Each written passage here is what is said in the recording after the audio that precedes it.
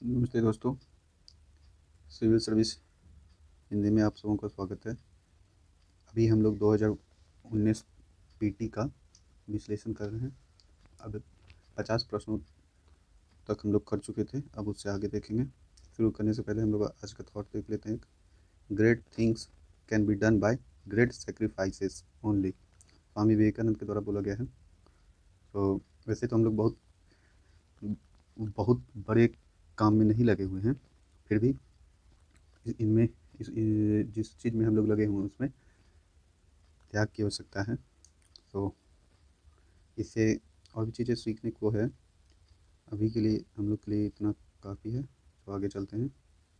51वां प्रश्न पॉलिटी का है। और पीवी टीजीज जो विशिष्ट और सुरक्षित जनजातीय समूह है, उसके बारे में प्रश्न पूछा गया है। भारत में विशिष्टता और सुरक्षित जनजातीय समूहों के बारे में निम्नलिखित कथनों पर विचार कीजिए। देखिए, इसमें से हर बार हर हर बार मतलब ज़्यादातर प्रश्नों में ऐसा देखा गया है यूपीएससी के कि उसमें जो तथ्य एग्जैक्ट नंबर जो पूछा जाता है, तो नंबर, वर्ष और मंत्रालय, तो इन सब चीज़ों में वो क्या करता है ना कि या फिर कोई संगठन 2021 के पीटी में एक प्रश्न था भाषा भाषा से संबंधित, तो उसमें यूनेस्को की जगह पे यूनिसेफ को दे दिया गया था। इसी तरह के स्वैपिंग देखे जाते हैं अनेकों बार। तो वैसे समय में अगर हम लोग डाटा को थोड़े से भी ध्यान में रखे हुए हैं तो सहायता मिलती है। जैसे इसी प्रश्न में देख लीजिए कितने तीसरा जो विकल्प दिया गया है उसमें 95 है, जबकि 75 अभी भारत में 75 है। देखिए, और देख लेते हैं। पहला विकल्प है कि पीवीटीजीज देश के 18 राज्यों तथा एक संघ राज्य क्षेत्र में निवास करते हैं। दूसरा, स्थिर या कम होती जनसंख्या पीवीटीजी स्थिति के निर्धारक मानकों में से एक है। तीसरा, देश में अब तक 95 पीवीटीजी आधिकारिक रूप से अधिसूचित है। चौथा, पीवीटीजी की सूची में इरूला और कोंडा रेड्डी जनजाति शामिल की गई है। देखिए, जैसा देख रहे थे एक प्रश्न पिछले बार भी जब हम लोग देख रहे थे 50 से पहले, तो उसमें भी देखा गया था कि अगर आप एक भी किसी भी विकल्प को एलिमिनेट कर देते हैं तो सीधा उत्तर प्राप्त किया जा सकता है। इसमें भी वही है। तीसरा को जैसे ही हटाते हैं ये आ जाता है सी। देखिए, डाटा इसमें भी दिया गया, पहला कथन में भी है, पर जब जनजातीय के बारे में हम लोग पढ़ते हैं तो उसमें से देखा उसमें है कि दो राज्य ऐसे हैं, 2-3 राज्य जहाँ की अभी भी जनजातीय जनसंख्या वहाँ है ही नहीं, जिसमें कि हरियाणा, दिल्ली और पंजाब है। और पीवीटीजीज जो हैं तो उनका वितरण देखेंगे तो ज़्यादातर पीवीटीजीज ये पूर्वी और मध्य, मतलब पूर्वी भारत से लेकर दक्षिण भारत में मिलता है। सबसे अधिक पीवीटीजी जनजाति शायद उड़ीसा में पाया जाता है। देख लीजिए एक बार। तो आगे चलते हैं। तो भारत के संविधान के संदर्भ में सामान्य विधियों में अंतर्विष्ट प्रतिषेध अथवा निर्बंधन अथवा उपबंध अनुच्छेद 142 के अधीन संवैधानिक शक्तियों पर प्रतिषेध अथवा निर्बंधन की तरह कार्य नहीं कर सकते। निम्नलिखित में कौन सा एक इसका अर्थ हो सकता है?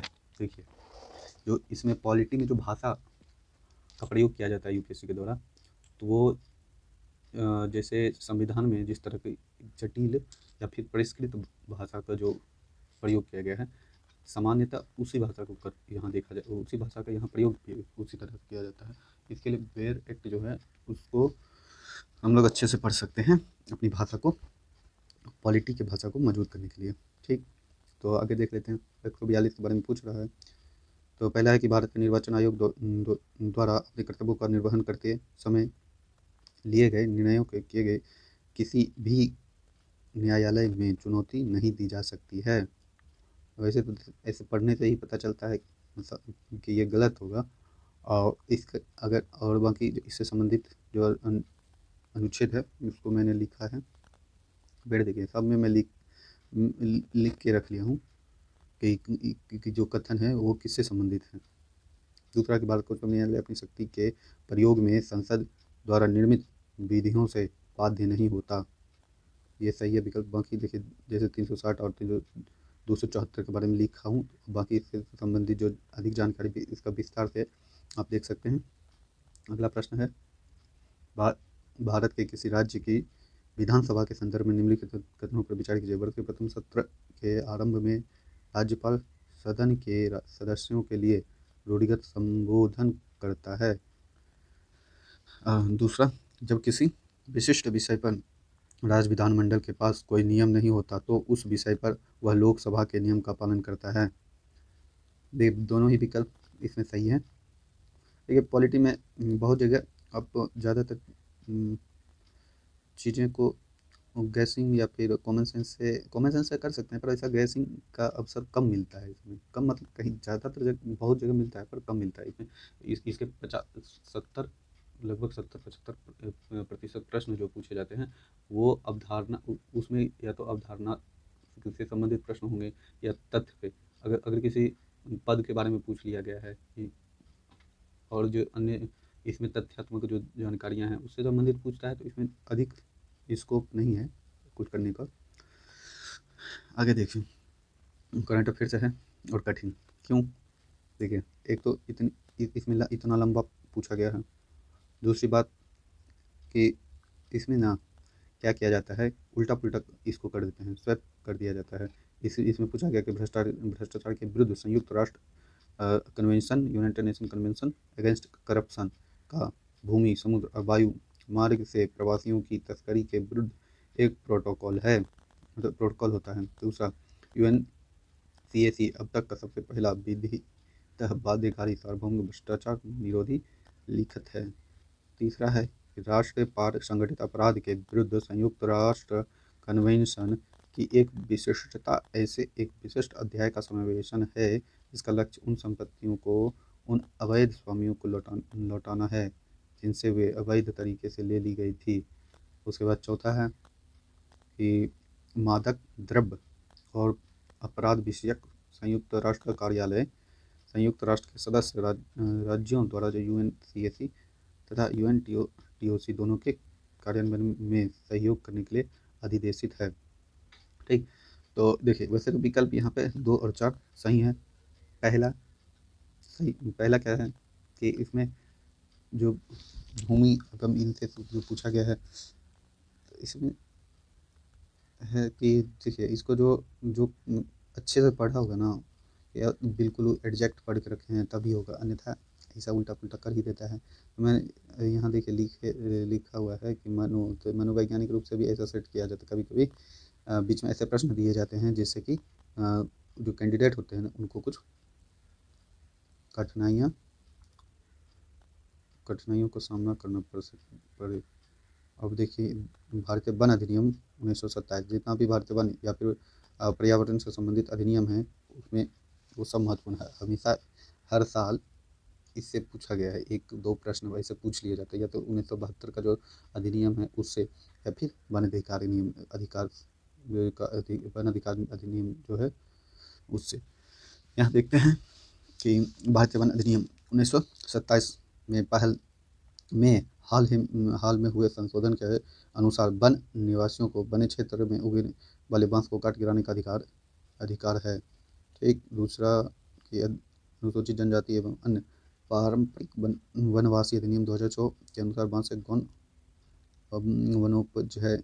दूसरा तो सही है। तीसरा देखते हैं कि अनुसूचित जनजाति एवं अन्य पारंपरिक वनवासी अधिनियम 2006 वन निवासियों को गौण वन उपज के स्वामित्व की अनुमति देता है। तो इसका 2-3 है, पड़े हुए हैं तो सही है। अब देखिए काट गिराने का जो अधिकार है ना इसको अभी शायद अभी जो हाल ही में 2020 में या 19 में जो संशोधन किया गया है उसमें अधिकार दिया गया। घास के श्रेणी में इसको रख के फिर किया गया था कि फिर क्या है कि भारत के संविधान का कौन सा अनुच्छेद अपनी पसंद के व्यक्ति से विवाह करने के किसी व्यक्ति के अधिकार को संरक्षण देता है। तो जीवन का अधिकार जो अनुच्छेद 221 में है उसके अंतर्गत ये अधिकार दिया गया है। बाकी 19 में क्या है, 25 और 29 में क्या है उसको ध्यान कर सकते हैं। और अनुच्छेद वगैरह तो देखिए पॉलिटी में अनुच्छेद संशोधन और अनुसूची, इन सब चीज़ों से जो है डायरेक्ट एक लाइन, और ये प्रस्ताव वगैरह, प्रस्ताव DPSP FR फंडामेंटल राइट मतलब मूल अधिकार, इन सब चीज़ों से जो है ना सिंगल लाइन जैसा प्रश्न पूछा जाता है। फिर इकोनॉमी में कि भारतीय पेटेंट अधिनियम के अनुसार किसी बीज को बनाने की जैव प्रक्रिया को भारत में पेटेंट कराया जा सकता है। भारत में कोई बौद्धिक संपदा अपील बोर्ड नहीं है, ऐसा हो ही नहीं सकता है। मतलब ऐसा होना देखिए, क्योंकि भारत जो है जो अंतर्राष्ट्रीय स्तर पे बौद्धिक संपदा से संबंधित जो ट्रिप एक समझौता हुआ था उस पर हस्ताक्षर किया है। अगर वो ऐसा मतलब हस्ताक्षर किया गया है तो ऐसे राष्ट्रीय स्तर पर कोई प्रयास ना हो, ऐसा संभव तो नहीं लगता है। अगला देखेंगे, पादप किस्में भारत में पेटेंट कराए जाने के पात्र नहीं हैं। तो इसमें देखें एयर चीन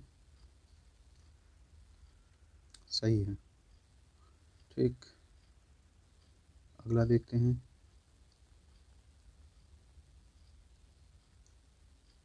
पर्यावरण संरक्षण अधिनियम 1986 भारत सरकार को सशक्त करता है किन चीज़ों के लिए, वो देख लिए। अभी देखिए इससे पहले बताया गया था, तो उसका जो क्या मूल नेचर क्या है और उसमें क्या क्या प्रावधान किए गए हैं उसको ध्यान में रखना जरूरी। 2020 में पूछा गया था कि 1972 का जो अधिनियम है उसके जो छठे श्रेणी में है जो पौधे होते हैं तो उनके बारे में पूछा गया था। फिर उससे पहले एक बार पूछा गया था कि कछुए को अगर रख दिया जाता है संरक्षण किसी श्रेणी में तो उसको क्या लाभ होगा। ये ऐसे ही प्रश्न पूछे जाते हैं। और देखिए, और उसमें जो प्रावधान किया गया शेड्यूल 1 और 2 का, तो शेड्यूल 1 में जो जानवर और अन्य जीव जंतु को शामिल किया गया है तो उसके बारे में पढ़ना मतलब जरूरी, मतलब जरूरी ही है, क्योंकि उससे हमेशा उससे या फिर वही उसमें जिन जिन को शामिल किया गया है वो महत्वपूर्ण है, तो उसके संबंध में जानकारी रख सकते हैं। इसमें देखिए क्या है कि वह ये है ना कि पर्यावरण संरक्षण अधिनियम 1986 भारत सरकार को सशक्त करता है कि वह पर्यावरण संरक्षण की प्रक्रिया में लोक सहभागिता की आवश्यकता का और उसके हासिल करने की प्रक्रिया और रीति का विवरण दे। दूसरा, वह विभिन्न स्रोतों से पर्यावरणीय प्रदूषण के उत्सर्जन या विसर्जन के मानक निर्धारित करे। तो लोक सहभागिता की बात उसमें अभी थी नहीं, अभी भी नहीं है शायद उसमें, तो उसमें बात संशोधन कर इसमें शामिल करने की बात की जाती है, पर वैसा नहीं है। और इसमें दूसरा हो गया, देखते हैं कि भारत के ठोस अपशिष्ट प्रबंधन अधिनियम 2016 के अनुसार निम्नलिखित में तो कौन सा एक कथन सही है कि अपशिष्ट पदार्थ को 5 कोटि में अपशिष्ट उत्पाद को 5 कोटियों में अपशिष्ट अलग अलग करने होंगे। फिर है कि ये नियम केवल अधिसूचित नगरीय स्थानीय निकायों, अधिसूचित नगरों तथा सभी औद्योगिक नगरों पर ही लागू होंगे। तीसरा, अच्छा आगे चलते हैं। इन नियम में अवशिष्ट भराव स्थल तथा अवशिष्ट प्रसंस्करण सुविधाओं के लिए जो है सटीक और ब्यौरावार मापदंड उपबंधित है। अवशिष्ट उत्पाद के लिए यह अज्ञापक होगा कि किसी एक जिले में उत्पादित अवशिष्ट किसी अन्य जिले में ना ले जाए। ठीक, तो देखिए डी तक देख के ही ऐसा लगता है कि किसी अन्य अवशिष्ट पदार्थ है, कचरा के बारे में ऐसा थोड़ी किया जाए, ऐसा करना तो स्वाभाविक नहीं लगता है कि एक ही जिले में है तो दूसरे जिले में नहीं जाएगा। अब फिर यहाँ देखिए केवल अधिसूचित नगरीय स्थानीय निकायों, अंतर्राष्ट्रीय नगरों और सभी औद्योगिक नगरों पर ही लागू होता है। क्यों, बाकी जगह कचरा का अपशिष्ट का तो उत्पादन नहीं होता है, तो ऐसे कथन भी दे दिया जाता है। फिर देखिए है निम्नलिखित तत्वों पर विचार कीजिए कि औद्योगिक राज्य स्थायी आदेश केंद्र नियम 2018 के अनुसार यदि नियत अवधि रोजगार के लिए नियमों को कार्यान्वित किया जाता हो तो फर्म कंपनियों के लिए कामगार की छंटनी करना अपेक्षाकृत आसान हो जाता है। अस्थायी कामगारों के मामले में रोजगार समाप्त करने के लिए कोई नोटिस देना आवश्यक नहीं होगा। ठीक, करंट अफेयर का है, उस समय जो संशोधन हुए होंगे वो उसी से पूछा गया है। और हाल देखिए, दो लगभग साल अपने 2 साल के अंतर्गत लगभग जितने भी संशोधन मुख्य मुख्य संशोधन हुए हैं उसको पढ़ ध्यान में रखना चाहिए। और देखिए आगे चलते हैं कि सेवा सेवा क्षेत्र उपागम किसके कार्य क्षेत्र के अधीन कार्यान्वित किया गया था। सेवा क्षेत्र उपागम एकीकृत ग्रामीण विकास कार्यक्रम क्या है वो देखेंगे। महात्मा गांधी मनरेगा से हमेशा ये हमेशा न्यूज़ में बना रहता है, और इसका मीन्स के दृष्टिकोण और इंटरव्यू वगैरह तक में इसका महत्व है, तो इसको देख लेंगे। और फिर डी कि राष्ट्रीय कौशल विकास मिशन क्या है उसके बारे में भी देख लेंगे। यहाँ लिखता है कि ग्रीन बैंक योजना। तो अगला गौण खनिज, भाई ये तो लगभग इसके ऐसा लगता है कि पीछे ही पड़ गया है 2020 में भी इससे पूछा गया है, और 2000 शायद 2021 में 2020 में तो पूछा ही गया है। ऐसा हमेशा एक बीच में ऐसा डाल दिया, एक 18 में भी शायद ऐसा था। तो गौण खनिज क्या है वो सब एक बार देख लीजिए। तो इसमें क्या है कि भारत में गौण खनिज के प्रबंधन के संदर्भ में निम्नलिखित कथनों पर विचार कीजिए। इससे देश में विद्यमान विधि के अनुसार रेत एक गौण खनिज है, ठीक है। दूसरा कि गौण खनिज के खनन पट्टे प्रदान करने की शक्ति राज्य सरकार के पास है, किंतु गौण खनिज को प्रदान करने से संबंधित नियम को बनाने के बारे में शक्ति केंद्र सरकार के पास है, ठीक। आगे पढ़ते हैं कि गौण खनिज के अवैध खनन को रोकने के लिए नियम बनाने की शक्ति राज्य सरकार के पास है। अब देखिए क्या है, यहाँ तो मैं देखे इसमें अभी से पहले एक प्रश्न देखे थे ना, उसमें भी तीनों देखे रखे थे। ये क्या होता है कि लोग विद्यार्थियों को या उम्मीदवारों को कन्फ्यूज करने का एक प्रयास है कि ज़्यादा से ज़्यादा जो परीक्षा भवन में जो एग्ज़ाम प्रेशर होता है ना वो और ज़्यादा बन जाए। कि अब एलिमिनेट करने का प्रयास कीजिएगा तो पता चलेगा ही नहीं कि कौन हटा दे किसको हटा दे। ज़्यादातर में एक एक एक भी है, दो भी दो जगह है, तीन है, तीन हर जगह है। तो इन सब में यहाँ देखिए कथन दो दिए हुए हैं, दोनों में क्या है ना विरोधाभास है। कैसे? गौण खनिज के अवैध खनन के रोकने के लिए जो नियम बनाने की शक्ति राज्य सरकार के पास है, ठीक। और दूसरा कथन क्या है कि गौण खनिज के खनन पट्टे प्रदान करने की शक्ति राज्य सरकार के पास है, किंतु गौण खनिज को प्रदान करने से संबंधित नियम खनिज को प्रदान करने से नियम को बनाने के बारे में शक्ति केंद्र सरकार के पास है। एक तो गौण है, अगर गौण है तो फिर माइनर है, मेजर हो तब न केंद्र सरकार रखेगी, माइनर है तो है नहीं। और दूसरा कथन भी दोनों को कंट्राडिक्ट कर रहा है, तो इसमें दो को निकाल सकते हैं। उसके बाद है इकोनॉमी का, निम्नलिखित कथनों पर विचार कीजिए। भारत के अधिकांश विदेशी ऋण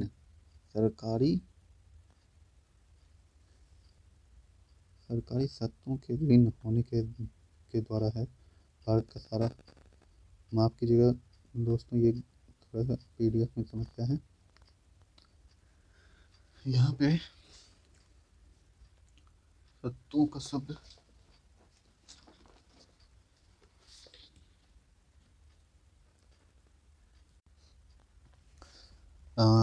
देखिए फिर से देखते हैं इसको कि भारत का अधिकांश विदेशी ऋण सरकारी सत्तों के ऋणी होने के द्वारा है।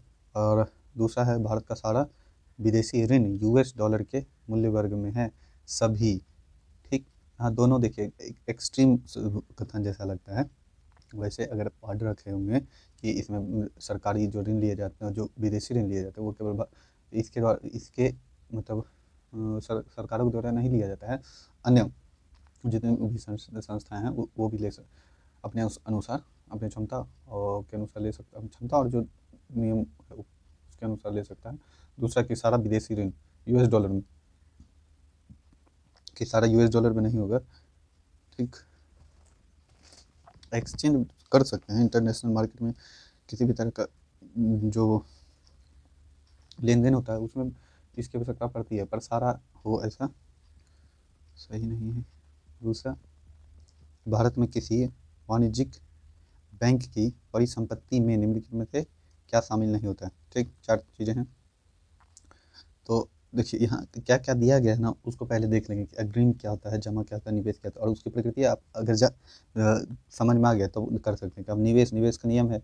और इस क्या कि कोई भी व्यक्ति, कोई भी विदेशी व्यक्ति या संगठन के द्वारा किसी कंपनी में 10% अधिक का इक्विटी खरीद लिया जाता है ना, तब वो निवेश होता है। ये इसकी प्रकृति अस्थायी होती है।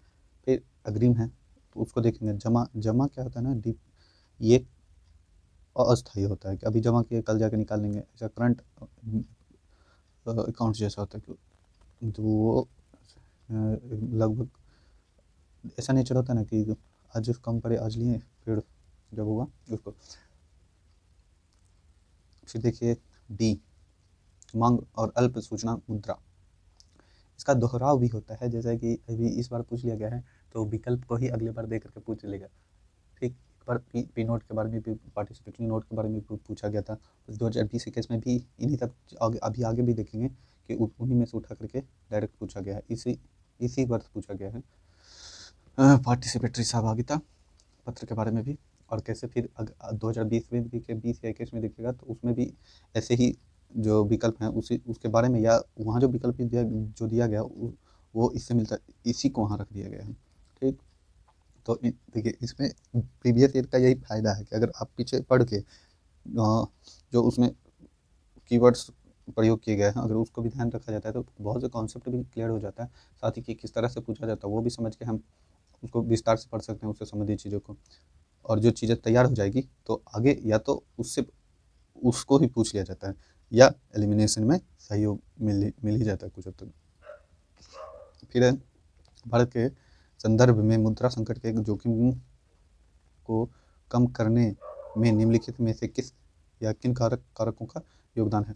तो मुद्रा संकट का जोखिम क्या होता है, वो अगर ध्यान है तो उसका क्या क्या प्रभाव होंगे, और क्या होता है उसका क्या मतलब प्रभाव, और किस निदान, ऐसे ही प्रश्न पूछे जाते हैं बहुत की मुद्रास्फीति और अनेक जो इनके द्वारा कोई प्रयास किया या कोई कदम लिया जाता है बैंक के द्वारा या सरकार या केंद्रीय बैंक के द्वारा, तो उसका बाजार पे क्या प्रभाव पड़ेगा। ठीक, और अगर कोई अस्थिरता आई, कोई समस्या है अर्थव्यवस्था में, तो उसका समाधान क्या हो सकता है, ऐसा पूछा जाता है। अभी मुद्रा संकट के जोखिम को कम करने के निम्नलिखित कारकों को। ठीक है, पहला कि भारत में आईटी सेक्टर के विदेशी मुद्रा का अर्जन सही है। मुद्रा संकट का क्या स्थिति होती है, मुद्रा कम हो जाए, कल मुद्रा संकट में मुद्रा कट जाता है, जो वो फॉरेन एक्सचेंज रिजर्व होता है उससे। तो अगर बाहर से विदेशी मुद्रा का अर्जन हो तो उससे सहायता मिलेगी सरकारी व्यय व्यय के में बढ़ाने का। तो देखिए अब कोई समस्या जोखिम है मुद्रा जैसी, तो उसमें व्यय बढ़ाने का कोई तुक नहीं लगता है, तो ये तार्किक उतना है नहीं। दूसरा विदेशस्थ भारतीयों द्वारा भेजे गए धन का, तो दोनों ही एक और तीसरे विकल्प में दोनों भारत में ही इनफ्लो हो रहा है। ठीक, और दूसरे में क्या है कि ये खर्च की बात कर रहा है और ये दोनों प्राप्ति की बात कर रहे हैं, तो एक दिन सही है। फिर निम्नलिखित में किस एक का यह सुझाव था कि राज्यपाल को उस राज्य के बाहर का एक प्रतिष्ठित व्यक्ति होना चाहिए, और उसे एक ऐसे तटस्थ व्यक्ति होना चाहिए जिसके गहन राजनीतिक जुड़ाव ना हो, या उसके हाल के पीछे वर्तमान राजनीति में भाग नहीं लिए हो।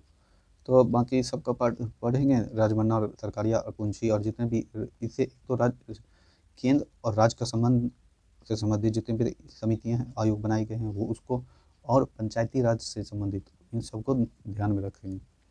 इसके बारे में तो पूछा ही जाता है। अब इसमें देखिएगा कभी पंचायती राज के बारे में पूछा जाता है कि किसके सजेशन से कौन कौन से जो पंचायती राज व्यवस्था में अभी उपलब्ध प्रावधान है लाया गया है। ठीक, उसके बाद देखिए है ना सहभागिता पत्र, पार्टिसिपेटरी नोट, ये विदेशी की पंजीकृत विदेशी पोर्टफोलियो निवेशकों को द्वारा उन विदेशी निवेशकों को जो स्वयं को सीधे पंजीकृत कराए बिना भारत स्टॉक बाजार का हिस्सा बनना चाहते हैं, निम्नलिखित में से क्या जारी किया जो तो है। इसमें तो डी हो जाएगा। बाकी जो क्या है मिस्री नोट क्या है उसके बारे में, वाणिज्यिक पत्र, जमा प्रमाण पत्र, इन सब चीज़ों के बारे में पढ़ के रखना चाहिए।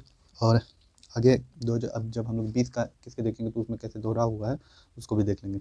या कभी ऐसा किया कर सकते हैं कि अलग से एक वीडियो बना करके उसमें देखेंगे हम लोग कि इकोनॉमी में कैसे कैसे कैसे दोहराव किया गया है। और रिवर्स इंजीनियरिंग अगर हम लोग करते हैं, मतलब प्रीवियस क्वेश्चन को करते हैं, कैसे वो सहयोगी होता है।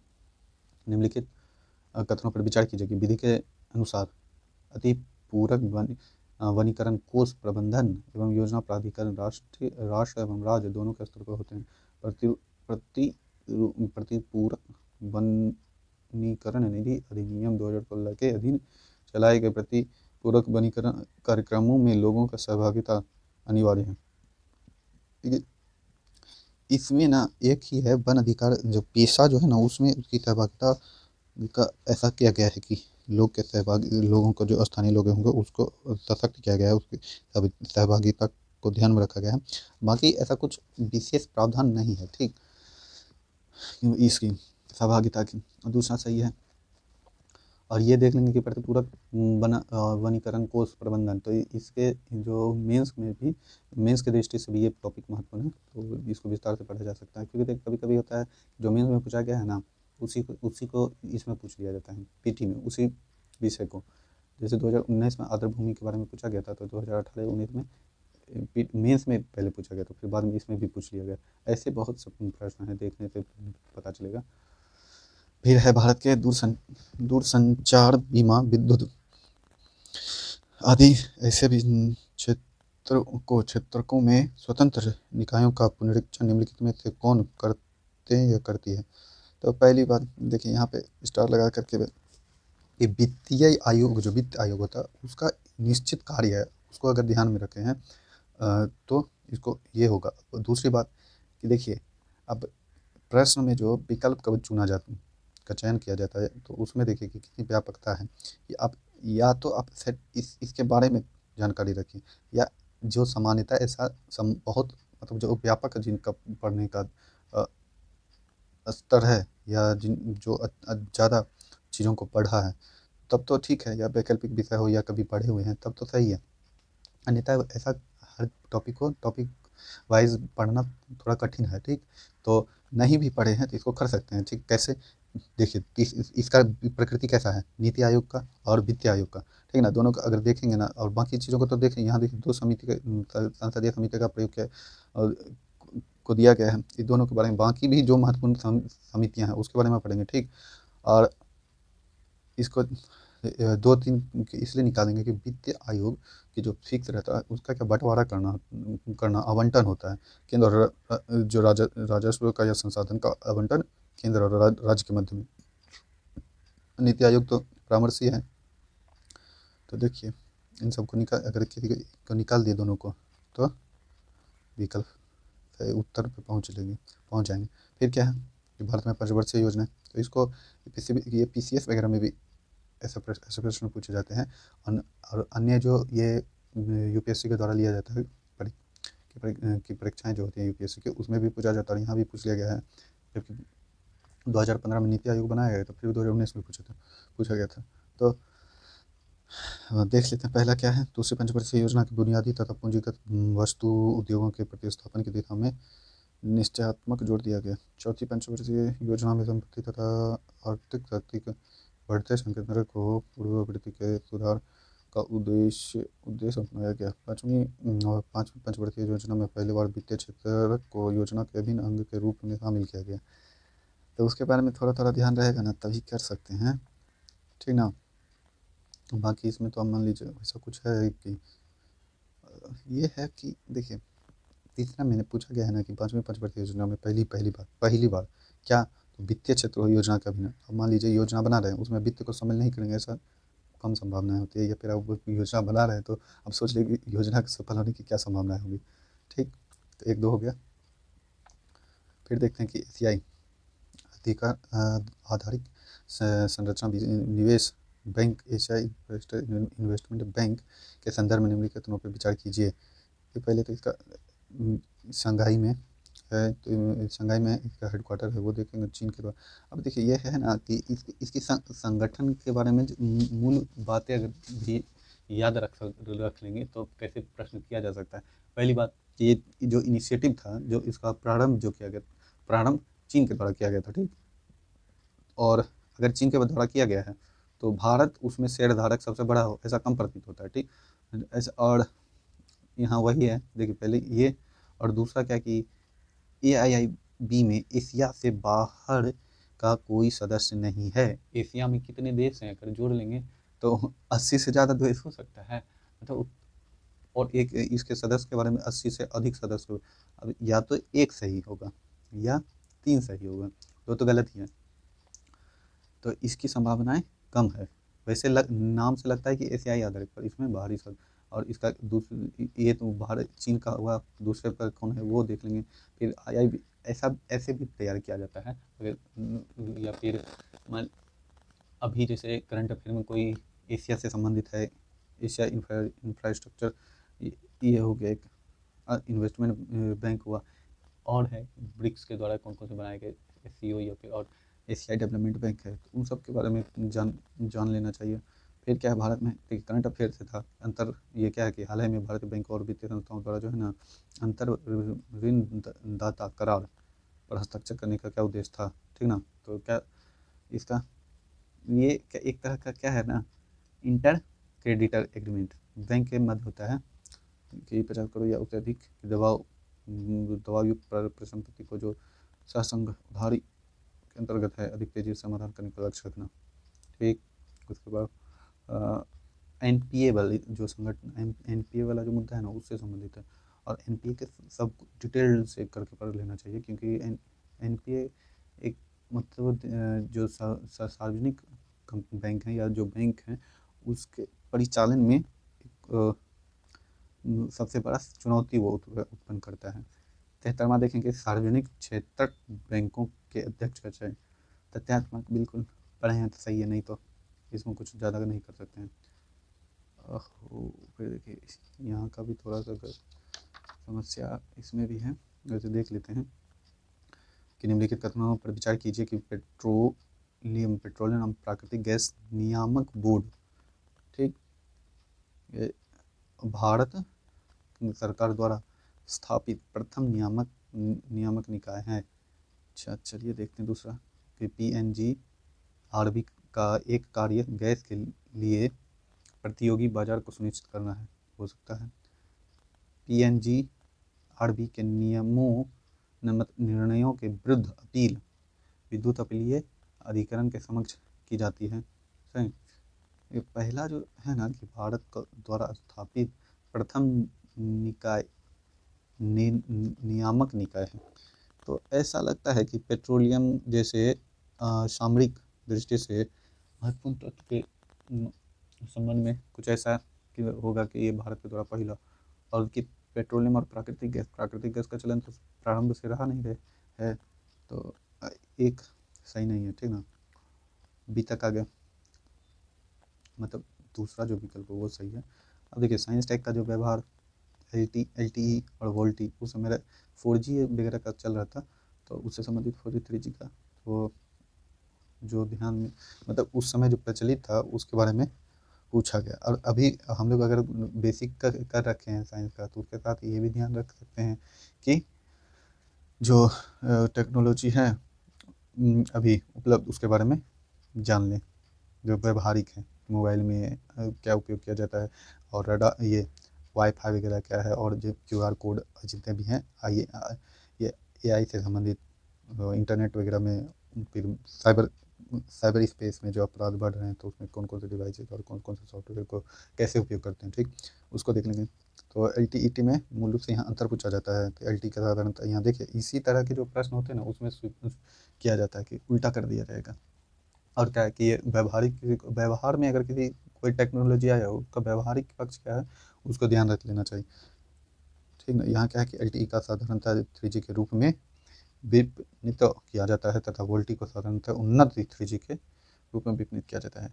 LTE डेटा ओनली तकनीक और वोल्टी वॉइस ओनली तकनीक है। वॉइस और डेटा ओनली ये क्वालिटी है, जो हम लोग नेट यूज करते हैं ना उसकी जो क्वालिटी है उसके बारे में ये है, लॉन्ग टर्म इवोल्यूशन और voice over long term evolution, तो ठीक, तो इसका दोनों ही गलत है। ऐसे ही साइंस टेक के जितने भी प्रश्न हैं ना उसको देख लेंगे। चलिए आज इतना ही रखते हैं, अगली बार हम लोग मिलेंगे, उसमें बाकी जो प्रश्न 25 प्रश्न बचे हैं उसको देख लेंगे। तब तब तक के लिए धन्यवाद, और फिर मिलते हैं।